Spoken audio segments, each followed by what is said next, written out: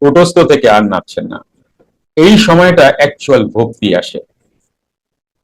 সেই সময় যোগীও কিন্তু পত্র দেয়, পুষ্প দেয়, জল দেয়। সেটা কি? সেটাও বলা হবে, সেটাও জানানো হবে। ওই পত্র কি, ওই পুষ্প কি, ওই জল কি।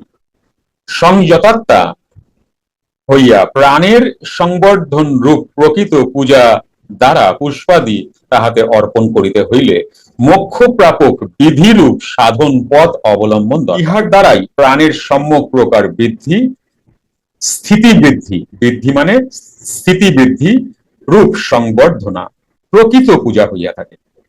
নতুবা বিধিহীন ধ্যানহীন গৌণ পূজার দ্বারা আত্মরূপের ধ্যানই প্রকৃত ধ্যান।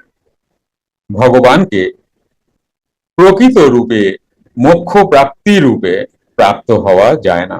তাহলে প্রথমেই তো আমাদের ভুল হচ্ছে যে ভগবানকে জানা। একটি ঘোষণা আপনাদের সবার জন্য। সুপ্ত ক্রিয়া, মেডিটেশন এবং অন্তর্মুখী প্রাণায়াম ক্লাসে আসতে চাইছেন? মঙ্গল, বুধ ও বৃহস্পতিবার আপনার বাড়ি বসেই জুম অনলাইনে এই ক্লাসটি করতে পারবেন। সময় সন্ধ্যা ৮টা থেকে রাত ৯টা অবধি। আসুন, ক্লাসে দেখা হবে।